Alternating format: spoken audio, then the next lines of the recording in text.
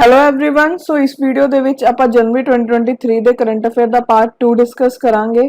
ਸੋ ਸਭ ਤੋਂ ਪਹਿਲਾ ਕੁਐਸਚਨ ਹੈ ਐਕਸਰਸਾਈਜ਼ ਵੀਰ ਗਾਰਡੀਅਨ ਦੇ ਰਿਲੇਟਡ ਕਿ ਇਹ ਇੰਡੀਆ ਤੇ ਕਿਹੜੀ ਕੰਟਰੀ ਦੇ ਵਿੱਚ ਕੰਡਕਟ ਹੋਈ। ਸੋ ਜਿਹੜੀ ਐਕਸਰਸਾਈਜ਼ ਆ ਉਹ ਇੰਡੀਆ ਤੇ ਜਾਪਾਨ ਦੇ ਵਿੱਚ ਕੰਡਕਟ ਹੋਈ। ओके ये बहुत इंपॉर्टेंट एक्सरसाइज है, ऊपर बहुत सारे एग्जाम्स च क्वेश्चन आ चुके।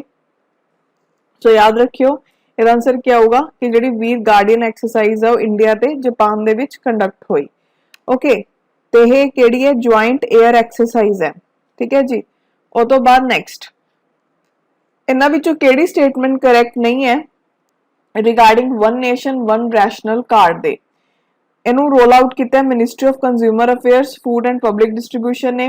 ਜਿਹੜੇ ਦੇ ਬੈਨੀਫੀਸ਼ੀਅਰੀਜ਼ ਹੈ ਉਹਨਾਂ ਨੂੰ ਆਪਣਾ ਇੰਟਾਈਟਲ ਫੂਡ ਗ੍ਰੇਨਸ ਜਿਹੜੇ ਨੇ ਉਹ ਮਿਲਦੇ ਨੇ ਕਿਸੇ ਵੀ electronic point of sale enable fair price shop ਤੋਂ ਪੂਰੀ ਕੰਟਰੀ ਦੇ ਵਿੱਚ। ਸੋ ਪੁੱਛਿਆ ਹੈ ਵੀ ਕਿਹੜੀ ਸਟੇਟਮੈਂਟ ਗਲਤ ਹੈ। ਦੇਖੋ ਸਭ ਤੋਂ ਪਹਿਲਾਂ ਅਗਰ ਆਪਾਂ ਗੱਲ ਕਰੀਏ one nation one ration card ਦੀ ਤੈਨੂੰ ministry of consumer affair food public distribution ਨੇ 2019 ਦੇ ਵਿੱਚ ਸਟਾਰਟ ਕੀਤਾ। ਸੋ ਪਹਿਲੀ ਸਟੇਟਮੈਂਟ ਕਰੈਕਟ ਹੈ। ठीक है। ਇਹਦਾ एम ਕੀ ਹੈ ਹੈਜ਼ਲ ਫ੍ਰੀ ਡਿਲੀਵਰੀ ਦੇਣਾ ਸਬਸਿਡਾਈਜ਼ ਫੂਡ ਗ੍ਰੇਨਸ ਦੀ ਜਿੰਨੇ ਵੀ ਮਾਈਗ੍ਰੇਟਰੀ ਬੈਨੀਫੀਸ਼ੀਅਰੀਜ਼ ਨੇ ਪੂਰੀ ਕੰਟਰੀ ਦੇ ਵਿੱਚ through national wide portability under national food security act ਜਿਹਨੂੰ NFSA ਵੀ ਬੋਲਦੇ ਆ। एम्पावर करती है सारे national food security act migrant beneficiaries ਨੂੰ ਕਿ ਫੂਡ ਗ੍ਰੇਨ ਲੈ ਸਕਦੇ ਕਿਸੇ ਵੀ ਫੇਅਰ ਪ੍ਰਾਈਸ ਸ਼ਾਪ ਤੋਂ ਆਪਣੇ ਚੁਆਇਸ ਤੇ ਕਿਸ ਪੂਰੀ ਕੰਟਰੀ ਦੇ ਵਿੱਚ ਕਿਤੋਂ ਵੀ ਠੀਕ ਹੈ ਯੂਜ਼ ਕਰਕੇ अपना सेम या एग्जिस्टिंग राशन कार्ड बायोमैट्रिक जिहदी ऑथेंटिकेशन होई है। ठीक है। कार्ड दे विच 10 नंबर दा 10 डिजिट दा सॉरी एक नंबर हुंदा है जिन्हों की इशू किया जाता है स्टेट दे BPL कार्ड होल्डर्स नू। ठीक है। तो उन्होंने फिर दैन आधार कार्ड नाल लिंक किया जाता है। ओके जिहड़े बेनीफिशरीज हैं वो अपने फूड ग्रेन्स लै सकते हैं किसी भी electronic point of sale enable FPS तो कंट्री दे विच। सो सेकंड स्टेटमेंट भी करेक्ट है। सो इसका आंसर क्या होगा ऑप्शन नंबर डी कि दोनों स्टेटमेंट्स ट्रू ने। इन्हां ऊपर भी क्वेश्चन पूछे जा चुके हैं। ओके सो नैक्सट इन्हां विचों किहड़े इनिशिएटिव है जिहदा एम है क्रिएट करना professional well trained future ready civil service India दे लई। सो इहदा होगा I T Karmayogi portal iGOT Karmayogi portal basically. ठीक है। सो जिहड़ी मोबाइल एप्लीकेशन है ਇਹਦਾ ਲਾਂਚ ਕੀਤਾ ਕਰਮਯੋਗੀ ਭਾਰਤ ਨੇ। ਠੀਕ ਹੈ ਜੀ। तो ਇਹਦਾ ਏਮ ਕੀ ਹੈ ਕ੍ਰੀਏਟ ਕਰਨਾ professional well trained future ready civil service India ਦੇ ਲਈ। ਸੋ ਇਹਦਾ ਆਨਸਰ ਕੀ ਹੋਊਗਾ ਆਪਸ਼ਨ ਨੰਬਰ ਏ ਆਈ ਗॉट ਕਰਮਯੋਗੀ ਪੋਰਟਲ। ਕਈ ਵਾਰ ਡਾਇਰੈਕਟਲੀ ਪੇਪਰ 'ਚ ਪੁੱਛ ਲੈਂਦੇ ਆ। ਉਸ ਤੋਂ ਬਾਅਦ ਅਗਰ ਆਪਾਂ ਸਵਾਮਿਤਵ ਸਕੀਮ ਦੀ ਗੱਲ ਕਰੀਏ ਤਾਂ ਕਿਹੜੀ ਸਟੇਟਮੈਂਟ ਕਰੈਕਟ ਹੈ। ਇਹ ਸੈਂਟਰਲ ਸੈਕਟਰ ਸਕੀਮ ਹੈ ਜਿਹਨੂੰ ਮਿਨਿਸਟਰੀ ਆਫ ਰੂਰਲ ਡਿਵੈਲਪਮੈਂਟ ਦੇ ਦੁਆਰਾ ਇੰਪਲੀਮੈਂਟ ਕੀਤਾ ਗਿਆ। ਇਹਦਾ ਏਮ ਹੈ ਪ੍ਰੋਵਾਈਡ ਕਰਨਾ integrated property validation solution rural India दे लिए सिर्फ ओनली लिखा है ना। सो देखो यूनियन गवर्नमेंट है जी प्लान कर रही है लॉन्च करने के लिए digital crop survey kharif season 2023 तो।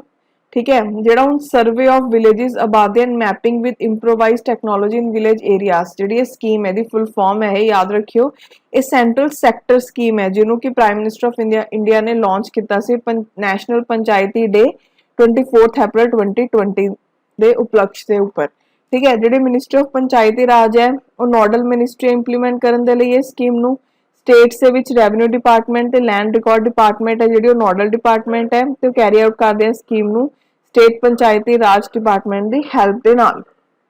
ਓਕੇ ਜਿਹੜੀ ਇਹ ਸਕੀਮ ਹੈ ਦਾ ਮੇਨ ਏਮ ਕੀ ਹੈ ਪ੍ਰੋਵਾਈਡ ਕਰਨਾ integrated property validation solution rural India ਦੇ ਲਈ। ਓਕੇ ਤੇ ਜਿਹੜੀ ਡਿਮਾਰਕੇਸ਼ਨ ਹੈ ਰੂਰਲ ਆਬਾਦੀ ਏਰੀਆਜ਼ ਦੀ ਉਹਨੂੰ ਕਿਵੇਂ ਕੀਤਾ ਜਾਂਦਾ ਹੈ ਡਰੋਨ ਸਰਵੇਇੰਗ ਟੈਕਨੋਲੋਜੀ ਦਾ ਯੂਜ਼ ਕਰਕੇ। ਓਕੇ ਤੇ ਪ੍ਰੋਵਾਈਡ ਕਰਦਾ record of right village house holder honours ਨੂੰ ਜਿਨ੍ਹਾਂ ਦਾ ਘਰ ਹੈ ਇਨਹੈਬਿਟਡ ਰੂਰਲ ਏਰੀਆਜ਼ ਦੇ ਵਿੱਚ ਵਿਲੇजेस ਦੇ ਵਿੱਚ ਤੇ ਉਹਨਾਂ ਨੂੰ ਇਨੇਬਲ ਕਰਦਾ ਹੈ ਕਿ ਯੂਜ਼ ਕਰ ਸਕਦੇ ਆਪਣੇ ਪ੍ਰਾਪਰਟੀ ਨੂੰ ਐਜ਼ ਫਾਈਨੈਂਸ਼ੀਅਲ ਐਸੈਟ ਲੋਨਸ ਲੈਣ ਲਈ ਜਾਂ ਅਦਰ ਫਾਈਨੈਂਸ਼ੀਅਲ ਬੈਨੀਫਿਟਸ ਲਈ ਜੋ ਬੈਂਕਸ ਤੋਂ ਲੈਣਾ ਚਾਹੁੰਦੇ ਆ। ਓਕੇ ਸੋ ਇਹਦੇ ਵਿੱਚ ਕੀ ਪੁੱਛਿਆ ਹੋਇਆ ਸੀ ਵੀ ਕਿਹੜੀ ਸਟੇਟਮੈਂਟ ਕਰੈਕਟ ਹੈ। ਪਹਿਲੀ ਸਟੇਟਮੈਂਟ ਜਿਹੜੀ ਹੈ ਉਹ ਗਲਤ ਹੈ। ਓਕੇ ਕਿਉਂਕਿ ਇਹਨੂੰ ਲਾਂਚ ਕੀਤਾ ਸੀ ਪ੍ਰਾਈਮ ਮਿਨਿਸਟਰ ਆਫ ਇੰਡੀਆ ਨੇ। ठीक है जी। तो जी सेकंड स्टेटमेंट है सॉरी वो करेक्ट है। सो इसका आंसर क्या होगा ऑप्शन नंबर बी। और तो बाद नेक्स्ट ਬੇਰਿੰਗ ਸਟ੍ਰੇਟ ਨਿਊਜ਼ ਚ ਸੁਣਦੇ ਰਹਿੰਦੇ ਆਪਾਂ, ठीक है, वो ਕਿਹੜੇ ਸੀ ਦੇ ਵਿੱਚ ਹੈ? ਸੋ ਇਹਦਾ ਆਨਸਰ ਆਊਗਾ ਆਪਸ਼ਨ ਨੰਬਰ ਡੀ, ਜਿਹੜਾ ਬੇਰਿੰਗ ਸਟ੍ਰੇਟ ਹੈ ਉਹ ਸਟ੍ਰੇਟ ਹੈ ਪੈਸੀਫਿਕ ਤੇ ਆਰਕਟਿਕ ਓਸ਼ਨ ਦੇ ਵਿੱਚ। ਓਕੇ, ਸੋ ਇਹ ਯਾਦ ਰੱਖਿਓ, ਇੰਪੋਰਟੈਂਟ ਹੈ। ਨੈਕਸਟ, ਜਿਹੜਾ 9th ਸ਼ਡਿਊਲ ਹੈ ਉਹਨੂੰ ਐਡ ਕੀਤਾ ਗਿਆ ਕਨਸਟੀਟਿਊਸ਼ਨ ਦੇ ਵਿੱਚ ਫਸਟ ਅਮੈਂਡਮੈਂਟ ਦੇ ਨਾਲ 1951 ਦੇ ਵਿੱਚ ਜੋ ਕੀਤੀ ਗਈ। ਸੁਪਰੀਮ ਕੋਰਟ ਨੇ ਫਸਟ ਟਾਈਮ ਰਿਕੋਗਨਾਈਜ਼ ਕੀਤਾ phrase basic structure historic case ਦੇ ਵਿੱਚ ਕਿਹੜਾ? Keshavananda Bharati versus state of Kerala in 1973। So ਪੁੱਛਿਆ ਵੀ ਕਿਹੜੀ ਸਟੇਟਮੈਂਟ ਕਰੈਕਟ ਹੈ। ਦੇਖੋ 83rd all India presiding officer conference ਹੋਈ ਜੈਪੁਰ ਦੇ ਵਿੱਚ, ਜਿਹਦੇ ਵਿੱਚ ਵਾਈਸ ਪ੍ਰੈਜ਼ੀਡੈਂਟ ਜਿਹੜੇ ਨੇ ਉਹਨਾਂ ਨੇ ਬੇਸਿਕ ਸਟਰਕਚਰ ਦੇ ਬਾਰੇ ਗੱਲ ਕੀਤੀ ਬੇਸਿਕਲੀ। ਠੀਕ ਹੈ ਜੀ। ਸੋ ਅਗਰ ਆਪਾਂ ਕੇਸ਼ਵ ਨੰਦਾ ਭਾਰਤੀ ਦੀ ਗੱਲ ਕਰੀਏ ਤਾਂ 1940 ਦੇ ਵਿੱਚ ਜਨਮ ਹੋਇਆ। ਠੀਕ ਹੈ, ਹੈਡ ਸੀਗੇ ਟੂ ਦਾ ਇਡਨੀਰ ਮਠ ਜੋ ਕਿ ਹਿੰਦੂ ਮੋਨੈਸਟਰੀ ਸੀਗੀ ਕੇਰਲਾ ਦੇ ਵਿੱਚ। ਠੀਕ ਹੈ, ਤੇ ਇਹਨਾਂ ਨੇ ਚੈਲੰਜ ਕੀਤਾ ਕਨਸਟੀਟਿਊਸ਼ਨ ਨੂੰ, ਬੇਸਿਕਲੀ ਕਨਸਟੀਟਿਊਸ਼ਨ ਦੇ 29th ਅਮੈਂਡਮੈਂਟ ਐਕਟ ਨੂੰ। ਠੀਕ ਹੈ, which placed the Kerala Land Reform Act 1963 and its amending act into 9th schedule of constitution। ਜਿਹੜਾ 9th schedule ਹੈ ਫਿਰ ਉਹਨੂੰ then add ਕੀਤਾ ਗਿਆ constitution ਦੇ ਵਿੱਚ first amendment ਦੇ ਨਾਲ 1951 ਦੇ ਵਿੱਚ along with article 31B to provide protective umbrella to land reform laws in order to prevent them from being challenged in court। ਸੋ ਅਗਰ ਆਪਾਂ Keshav Nanda Bharati versus state of Kerala ਦੀ ਗੱਲ ਕਰੀਏ ਤਾਂ ਕੋਰਟ ਨੇ ਪਹਿਲੀ ਵਾਰ ਫਰੇਜ਼ ਬੇਸਿਕ ਸਟਰਕਚਰ ਹੈ ਜਿਹੜਾ ਉਹ ਕੇਸ਼ਵ ਨੰਦਾ ਭਾਰਤੀ ਕੇਸ ਦੇ ਵਿੱਚ ਰਿਕੋਗਨਾਈਜ਼ ਕੀਤਾ। ਇਹਦੇ ਉੱਪਰ ਬਹੁਤ ਵਾਰ ਕੁਐਸਚਨ ਆਇਆ ਹੋਇਆ ਹੈ ਕਿ ਬੇਸਿਕ ਸਟਰਕਚਰ ਦੀ ਗੱਲ ਸਭ ਤੋਂ ਪਹਿਲਾਂ ਕਿਹੜੇ ਕੇਸ 'ਚ ਕੀਤੀ ਗਈ? Keshav Nanda Bharati versus state of Kerala ਦੇ ਵਿੱਚ। ਠੀਕ ਹੈ, ਇਹਦੇ ਵਿੱਚ ਇੱਕ ਪ੍ਰੋਪਰਟੀ ਡਿਸਪਿਊਟ ਜਿਹੜਾ ਸੀ ਉਹ ਇਨਵੋਲਵ ਸੀ, ਜਿਹਨੂੰ ਡਿਸਾਈਡ ਕੀਤਾ ਸਪੈਸ਼ਲ ਬੈਂਚ ਨੇ ਸੁਪਰੀਮ ਕੋਰਟ ਦੇ, ਜਿਹਦੇ ਵਿੱਚ 13 ਜੱਜ ਸੀਗੇ। ਠੀਕ ਹੈ ਜੀ।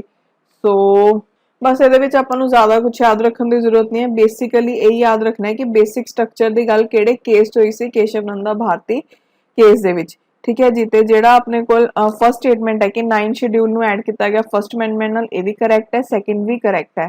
ਸੋ ਦਾ ਆਨਸਰ ਕੀ ਹੋਊਗਾ? ਆਪਸ਼ਨ ਨੰਬਰ ਸੀ। ਆਪਾਂ ਨੂੰ ਜਿੰਨਾ ਪਤਾ ਹੋਣਾ ਚਾਹੀਦਾ ਉਹਨਾਂ ਕੀ ਰੱਖਾਂਗੇ, ਜ਼ਿਆਦਾ ਡੀਪ 'ਚ ਜਾਣ ਦੀ ਜ਼ਰੂਰਤ ਨਹੀਂ ਹੈ। ਉਹ ਤੋਂ ਬਾਅਦ ਜਿਹੜਾ ਸੈਕਸ਼ਨ 8 ਹੈ ਰਿਪਰੈਜ਼ੈਂਟੇਟਿਵ ਆਫ ਪੀਪਲਸ ਐਕਟ 1951, ਉਹ ਪ੍ਰੀਵੈਂਟ ਕਰਦਾ ਪਰਸਨ ਨੂੰ convicted of illegal use of freedom of speech from contesting an election। ਤੇ ਜਿਹੜਾ ਸੈਕਸ਼ਨ 295A ਹੈ ਇੰਡੀਅਨ ਪੀਨਲ ਕੋਡ ਦਾ, ਉਹ ਡੀਲ ਕਰਦਾ ਡੈਲੀਬਰੇਟ ਤੇ ਮੈਲੀਸ਼ੀਅਸ ਐਕਟਸ ਦੇ ਨਾਲ। ਠੀਕ ਹੈ, ਜਿਹੜੇ ਕਿ ਰਿਲੀਜੀਅਸ ਫੀਲਿੰਗਸ ਨੂੰ ਭੜਕਾਉਂਦੇ ਕਿਸੇ ਵੀ ਕਲਾਸ ਦੀਆਂ ਇਨਸਲਟ ਕਰਕੇ ਰਿਲੀਜੀਅਸ ਜਾਂ ਰਿਲੀਜੀਅਸ ਬਿਲੀਫਸ ਨੂੰ ਜਾਂ ਰਿਲੀਜਨ ਨੂੰ। ਸੋ ਪੁੱਛਿਆ ਵੀ ਕਿਹੜੀ ਸਟੇਟਮੈਂਟ ਕਰੈਕਟ ਹੈ। ਸੋ ਦੇਖੋ ਇੰਡੀਆ ਦੇ ਵਿੱਚ ਹੇਟ ਸਪੀਚ ਜਿਹੜੀ ਆ ਉਹਨੂੰ ਰੈਗੂਲੇਟ ਕੀਤਾ ਜਾਂਦਾ ਸੈਵਰਲ ਲਾਜ਼ ਐਕਟਸ ਦੇ ਨਾਲ, ਤੇ ਇਹਦੇ ਵਿੱਚ Indian penal code, code of criminal procedure, Indian information technology act ਸ਼ਾਮਿਲ ਨੇ। ਇੰਡੀਅਨ ਪੀਨਲ ਕੋਡ ਦੀ ਗੱਲ ਕਰੀਏ ਤਾਂ ਇਹਦੇ ਵਿੱਚ ਪ੍ਰੋਵੀਜ਼ਨਸ ਨੇ ਜਿਹੜੇ ਕਿ ਹੇਟ ਸਪੀਚ ਨੂੰ ਪ੍ਰੋਹਿਬਿਟ ਕਰਦੇ ਆ, ਜਿਵੇਂ ਸੈਕਸ਼ਨ 153A ਦੀ ਗੱਲ ਕਰੀਏ ਤਾਂ ਇਹ ਡੀਲ ਕਰਦਾ ਐਕਸ਼ਨਸ ਦੇ ਨਾਲ ਜਿਹੜੇ ਪ੍ਰਮੋਟ ਕਰਦੇ ਐਨਿਮਿਟੀ ਡਿਫਰੈਂਟ ਗਰੁੱਪਸ ਦੇ ਵਿੱਚ on basis of religion, race, place of birth, residence, language. ਠੀਕ ਹੈ ਜੀ। ਉਹ ਤੋਂ ਬਾਅਦ ਜਿਹੜਾ ਸੈਕਸ਼ਨ 295A ਹੈ ਡੀਲ ਕਰਦਾ ਡੈਲੀਬਰੇਟ ਤੇ ਮੈਲੀਸ਼ੀਅਸ ਐਕਟਸ ਦੇ ਨਾਲ, ਜਿਨ੍ਹਾਂ ਦਾ ਮੇਨ ਮਕਸਦ ਹੁੰਦਾ ਹੈ ਕਿ ਰਿਲੀਜੀਅਸ ਫੀਲਿੰਗਸ ਨੂੰ ਭੜਕਾਉਣਾ, ਕਿਸੇ ਵੀ ਰਿਲੀਜੀਅਸ ਮਤਲਬ ਕਿਸੇ ਦੀ ਰਿਲੀਜੀਅਸ ਭਾਵਨਾ ਨੂੰ ਠੇਸ ਪਹੁੰਚਾ ਕੇ। ਉਹ ਤੋਂ ਬਾਅਦ ਸੈਕਸ਼ਨ 505 ਹੈ ਜਿਹੜਾ ਉਹ ਪ੍ਰਟੇਨ ਕਰਦਾ to statements creating promoting enmity, ਹੇਟਡ or ill will between classes. ਉਹ ਤੋਂ ਬਾਅਦ ਕੋਡ ਆਫ ਕ੍ਰਿਮੀਨਲ ਪ੍ਰੋਸੀਜਰ ਦੀ ਗੱਲ ਕਰੀਏ ਤਾਂ ਇਹ ਅਰੈਸਟ, ਇਹਦੇ ਵਿੱਚ ਮਤਲਬ ਅਰੈਸਟ ਕੀਤਾ ਜਾ ਸਕਦਾ ਉਹ ਇੰਡੀਵਿਜੂਅਲਸ ਨੂੰ ਜੋ ਕਿ ਹੇਟ ਸਪੀਚ ਵਗੈਰਾ ਕਰਦੇ ਨੇ। ਠੀਕ ਹੈ, ਜਾਣਬੁੱਝ ਕੇ ਐਸੇ ਮਤਲਬ ਐਕਟਸ ਕਰਦੇ ਨੇ। ਉਹ ਤੋਂ ਬਾਅਦ ਇੰਡੀਅਨ ਇਨਫੋਰਮੇਸ਼ਨ ਟੈਕਨੋਲੋਜੀ ਐਕਟ ਹੈ ਜਿਹੜਾ ਰੈਗੂਲੇਟ ਕਰਦਾ online speech including hate speech.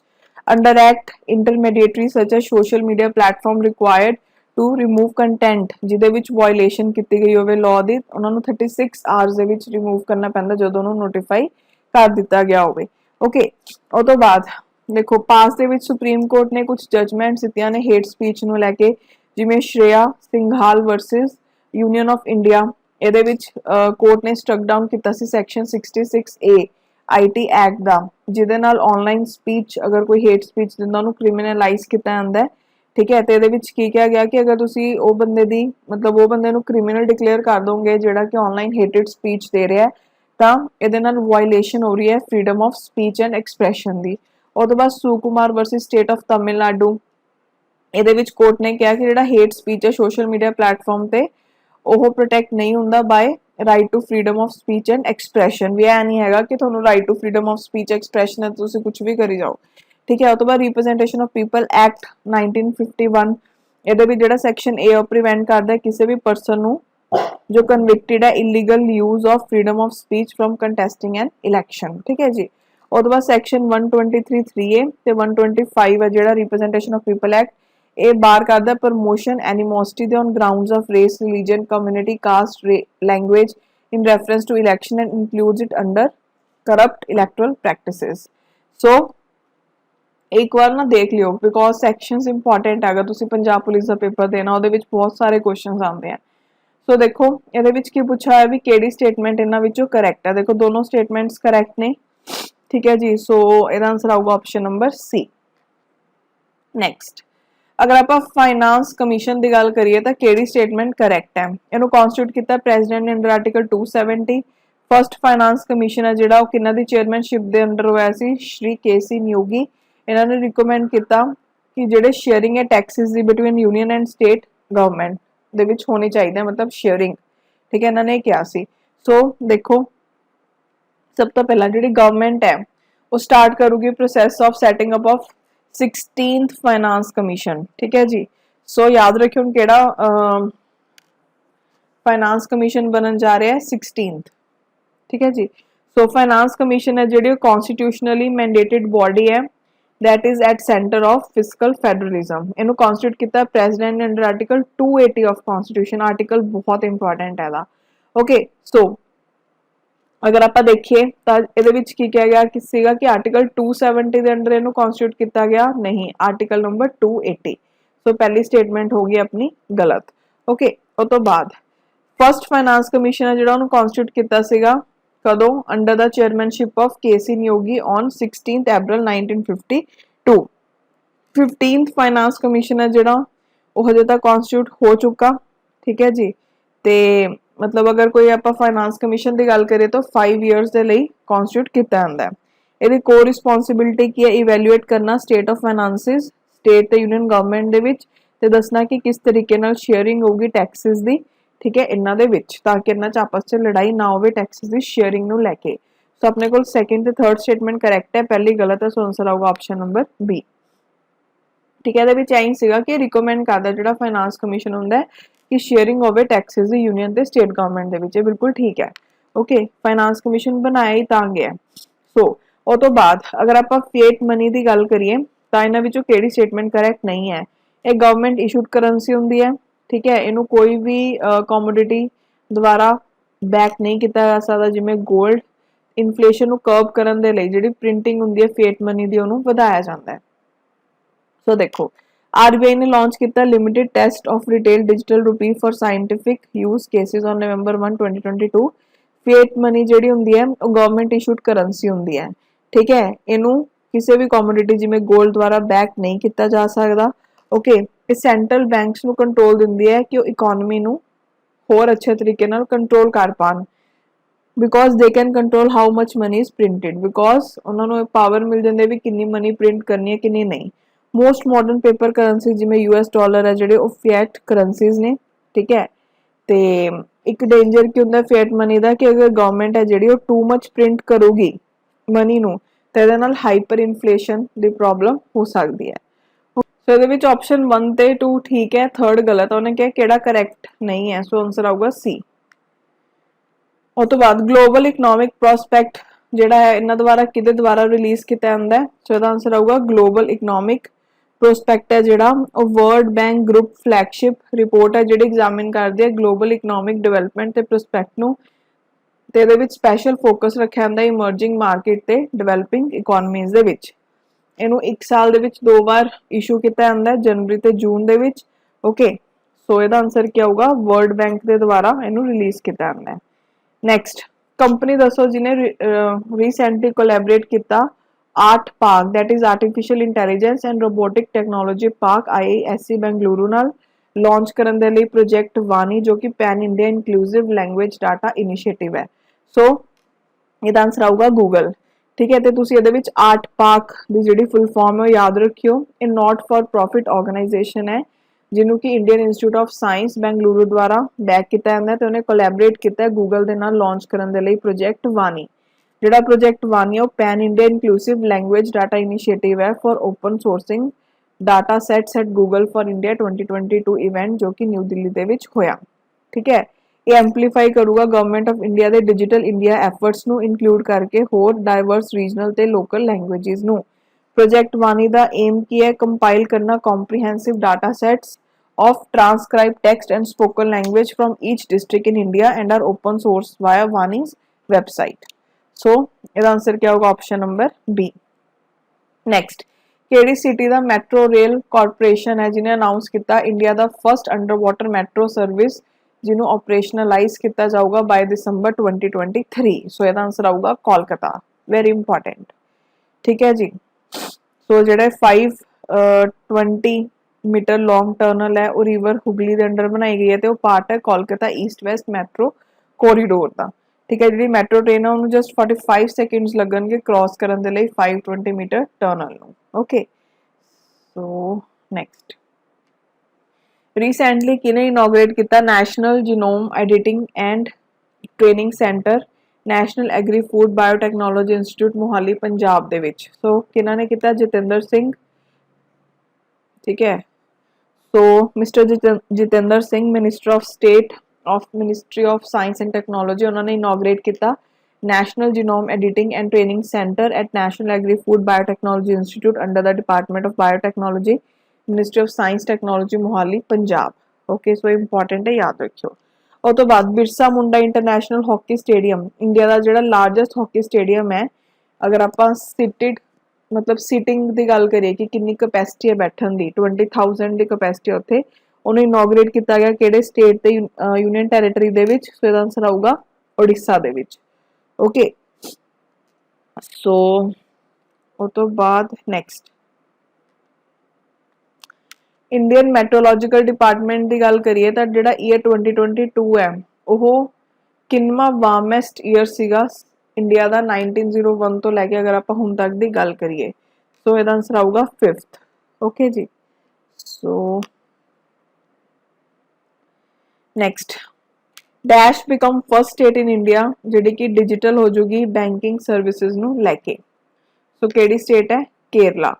ठीक है, जिहड़ी केरला फर्स्ट स्टेट है इंडिया दे विच जो कि फुली डिजिटल होगी बैंकिंग सर्विसेज नूं लैके ते इहनूं केरला दे चीफ मिनिस्टर पिनारई विजयन ने मतलब ये चीज़ बारे डिक्लेयर किया। ओके, सो नेक्स्ट, केड़ी स्टेट यूनियन टैरेटरी है जो कि नॉर्थ इंडिया की लार्जेस्ट फ्लोटिंग सोलर प्रोजेक्ट। सो केड़ी स्टेट यूनियन टैरेटरी है जिथे नॉर्थ इंडिया का largest floating solar project 2000 kilowatt peak मतलब इनू इनॉग्रेट किया गया। सो कित्थे किया गया? चंडीगढ़ दे विच ते तां करके बहुत इंपॉर्टेंट है आने वाले एग्जाम से लिए। सो याद रखियो। ठीक है जी, उस तो बाद नेक्स्ट अगर आप निकी एशिया रिपोर्ट की गल करिए तो इंडिया ने किनू सरपास किया वर्ल्ड का 3rd लार्जेस्ट ऑटो मार्केट बनने के लिए 2022 दे विच। सो इंडिया ने किनू पिछे किया? 3rd नंबर ते आने Japan. Okay, so China first number ते उस तो बाद यूएस है दैन इंडिया। नेक्स्ट, इंडिया का रैंक दसो हैनले पासपोर्ट इंडैक्स 2023 दे विच जिन्हों कि हैनले पार्टनर्स ने रिलीज़ किया। सो इंडिया का किनवा रैंक आया? 85th rank. ठीक है, ये काफ़ी इंपॉर्टेंट है, पेपर च आया भी सीगा आई थिंक रीसेंट जो पीपीएससी का पेपर होया सी। ओके, सो ये विच फर्स्ट नंबर जोड़ा है अगर आप रैंक वाइज देखिए तो जापान दैन सिंगापुर ते साउथ कोरिया सैकेंड नंबर ते दैन जर्मनी ते इंडिया का 85th रैंक है। उस तो बाद ऑर्गेनाइजेशन जिन्हें कि रिसेंटली पब्लिश किया ग्लोबल रिस्क रिपोर्ट 2023 नू विद की finding that cost of living crisis and digital inequality among India's risk. So इसका आंसर आऊगा वर्ल्ड इकनॉमिक फॉर्म ने पब्लिश किया ग्लोबल रिस्क रिपोर्ट 2023 का 18th एडिशन। ठीक है जी, जी लिस्ट कर दी है biggest risk for India over short and medium terms. Okay, जिहड़े रिस्क है विच cost of living crisis digital inequality geopolitical competition for resources natural disaster extreme weather events से सब कुछ इंक्लूड किया गया। उस तो बाद वर्ल्ड सोशल रिपोर्ट 2023 की गल करिए ਜਿਹੜੇ ਨੰਬਰ ਆਫ ਪੀਪਲ ਹੈ ਜਿਨ੍ਹਾਂ ਦੀ ਏਜ 65 ਹੈ ਜਾਂ ਉਹ ਤੋਂ ਵੱਧ ਹੈ ਪੂਰੇ ਵਰਲਡ ਵਾਈਡ ਦੇ ਵਿੱਚ, ਉਹ ਡਬਲ ਹੋ ਜਾਣਗੇ from 761 million in 2021 to 1.6 billion in ਕਿਹੜੇ ਸਾਲ ਦੇ ਵਿੱਚ। ਸੋ ਇਹਦਾ ਆਨਸਰ ਆਊਗਾ 2050। ਠੀਕ ਹੈ, ਯੂਨਾਈਟਿਡ ਨੇਸ਼ਨ ਨੇ ਆਪਣੀ ਵਰਲਡ ਸੋਸ਼ਲ ਰਿਪੋਰਟ 2023 ਦੇ ਵਿੱਚ ਪ੍ਰੋਜੈਕਟ ਕੀਤਾ ਹੈ ਕਿ ਜਿਹੜੇ ਨੰਬਰ ਆਫ ਲੋਕ ਨੇ ਜਿਨ੍ਹਾਂ ਦੀ ਏਜ 65 ਹੈ ਉਹ ਤੋਂ ਜ਼ਿਆਦਾ ਹੈ ਉਹ ਡਬਲ ਹੋ ਜਾਣਗੇ 761 ਜੋ ਕਿ 2020 ਦੇ ਵਿੱਚ ਸੀਗੇ 2021 ਦੇ ਵਿੱਚ ਸੀਗੇ to 1.6 ਬਿਲੀਅਨ in 2050। ਇਹਨੂੰ ਪਬਲਿਸ਼ ਕੀਤਾ ਗਿਆ UN department of economic and social affairs ਦੇ ਦੁਆਰਾ। ਨਾਰਦਰਨ ਅਫਰੀਕਾ, ਵੈਸਟਰਨ ਏਸ਼ੀਆ, ਸਬ ਸਹਾਰਨ ਅਫਰੀਕਾ ਹੈ ਜਿਹੜੇ ਉਹ ਐਕਸਪੀਰੀਅੰਸ ਕਰ ਰਹੇ ਨੇ fastest growth in number of older people over the next 3 ਡੈਕੇਡਸ। ਮਤਲਬ ਆਉਣ ਵਾਲੇ 30 ਸਾਲਾਂ ਦੇ ਵਿੱਚ ਨਾਰਦਰਨ ਅਫਰੀਕਾ, ਵੈਸਟਰਨ ਏਸ਼ੀਆ ਤੇ ਸਬ ਸਹਾਰਨ ਅਫਰੀਕਾ ਦੇ ਵਿੱਚ ਇਹ ਲੋਕ ਜ਼ਿਆਦਾ ਹੋਣਗੇ। ਕਰੰਟ ਅਗਰ ਆਪਾਂ ਗੱਲ ਕਰੀਏ ਤਾਂ ਯੂਰਪ ਤੇ ਨਾਰਥ ਅਮਰੀਕਾ ਦੇ ਵਿੱਚ ਹਾਇਰ ਸ਼ੇਅਰ ਹੈ 올ਡਰ ਲੋਕਾਂ ਦਾ। ਕਿਹੜੀ ਕੰਟਰੀ ਹੈ ਜਿਹਦੇ ਵਿੱਚ ਯੂਰਪੀਅਨ ਯੂਨੀਅਨ ਨੇ ਲਾਂਚ ਕੀਤਾ ਆਪਣਾ first mainland orbital launch complex space port Esrange. So ਇਹਦਾ ਆਨਸਰ ਆਊਗਾ ਸਵੀਡਨ। ਓਕੇ, ਯੂਰਪੀਅਨ ਯੂਨੀਅਨ ਨੇ ਲਾਂਚ ਕੀਤਾ ਆਪਣਾ first mainland orbital launch complex space port Esrange. Okay, so ਜੋ ਕਿ ਨਿਊ ਸੈਟੇਲਾਈਟ ਲਾਂਚ ਤੇ ਰੀਯੂਜ਼ੇਬਲ ਰॉकेट ਟੈਸਟ ਫੈਸਿਲਿਟੀ ਹੈ ਕਿੱਥੇ ਨਾਰਦਰਨ ਸਵੀਡਨ ਦੇ ਵਿੱਚ। ਠੀਕ ਹੈ ਜੀ, ਸੋ ਇਹਦੇ ਵਿੱਚ ਜਿਹੜੀ ਫਸਟ ਸੈਟੇਲਾਈਟ ਹੈ ਜਿਹੜੀ ਕਿ ਸਪੇਸ ਪੋਰਟ ਐਸਟਰੇਂਜ ਤੋਂ ਲਾਂਚ ਕੀਤੀ ਜਾਊਗੀ 2024 ਦੀ ਸਟਾਰਟਿੰਗ 'ਚ ਕੀਤੀ ਜਾਊਗੀ। ਉਹ ਤੋਂ ਬਾਅਦ ਅਗਰ ਆਪਾਂ ਰਿਪੋਰਟ ਦੀ ਗੱਲ ਕਰੀਏ ਜਿਹਨੂੰ ਡੀਲ ਰੂਮ ਤੇ ਲੰਡਨ ਐਂਡ ਪਾਰਟਨਰ ਨੇ ਰਿਲੀਜ਼ ਕੀਤਾ, ਇਹਦੇ ਵਿੱਚ ਇੰਡੀਆ ਦਾ ਰੈਂਕ ਕਿੰਨਾ ਆਇਆ for tech venture capital investment in 2022 ਤੇ ਕਿਨੇ ਟੌਪ ਕੀਤਾ। ਸੋ ਇੰਡੀਆ ਦਾ 4th ਰੈਂਕ ਆਇਆ ਤੇ ਟੌਪ ਕੀਤਾ ਯੂਐਸਏ ਨੇ। ਓਕੇ ਜੀ, ਸੋ ਇਹਦੇ ਵਿੱਚ ਅਗਰ ਆਪਾਂ ਗੱਲ ਕਰੀਏ ਜਿਹੜਾ ਬੈਂਗਲੁਰੂ ਹੈ ਇੰਡੀਆ 'ਚ ਸਭ ਤੋਂ ਹਾਈਐਸਟ ਨੰਬਰ ਤੇ ਬੈਂਗਲੁਰੂ ਰਿਹਾ, ਮਤਲਬ ਟੌਪ ਤੇ ਇੰਡੀਆ ਦੇ ਵਿੱਚ। ਉਹ ਤੋਂ ਬਾਅਦ ਅਗਰ ਆਪਾਂ world of organic agriculture statistics and emerging trend 2022 ਦੀ ਗੱਲ ਕਰੀਏ ਤਾਂ ਇੰਡੀਆ ਦਾ ਕਿੰਨਵਾਂ ਰੈਂਕ ਆਇਆ ਇਨ ਐਕਸਪੈਂਡਿੰਗ ਆਰਗੈਨਿਕ ਫਾਰਮਿੰਗ ਇਨ 2022 ਤੇ ਕਿਨੇ ਟੌਪ ਕੀਤਾ। ਸੋ ਇੰਡੀਆ ਦਾ ਰੈਂਕ ਆਇਆ 3rd ਤੇ ਟੌਪ ਕੀਤਾ ਅਰਜਨਟੀਨਾ ਨੇ। ਓਕੇ, ਸੋ ਉਹ ਤੋਂ ਬਾਅਦ ਆਇਆ ਯੂਰੂਗੇ ਦਾ ਤੇ ਇੰਡੀਆ ਦਾ 3rd ਰੈਂਕ। ਸੋ ਇਹਦੇ ਨਾਲ ਹੀ ਜਿਹੜੀ ਅੱਜ ਦੀ ਡਿਸਕਸ਼ਨ ਉਹ ਕੰਪਲੀਟ ਹੁੰਦੀ ਹੈ ਜਨਵਰੀ ਦੇ ਕਰੰਟ ਅਫੇਅਰਸ ਦੀ। ਸੋ ਨੈਕਸਟ ਲੈਕਚਰ ਦੇ ਵਿੱਚ ਵੀ ਆਪਾਂ ਜਨਵਰੀ ਦੇ ਕਰੰਟ ਅਫੇਅਰ ਡਿਸਕਸ ਕਰਾਂਗੇ ਤੇ ਹੁਣ ਤੋਂ ਮੈਂ ਕੋਸ਼ਿਸ਼ ਕਰੂੰਗੀ ਕਿ ਜਿੰਨੀ ਜਲਦੀ ਹੋ ਸਕੇ ਤੁਹਾਨੂੰ ਕਰੰਟ ਅਫੇਅਰ ਸਾਰੇ ਪ੍ਰੋਵਾਈਡ ਕਰਦਾ। ਸੋ ਮਿਲਦੇ ਹਾਂ ਜਲਦੀ ਹੀ। Thank you so much.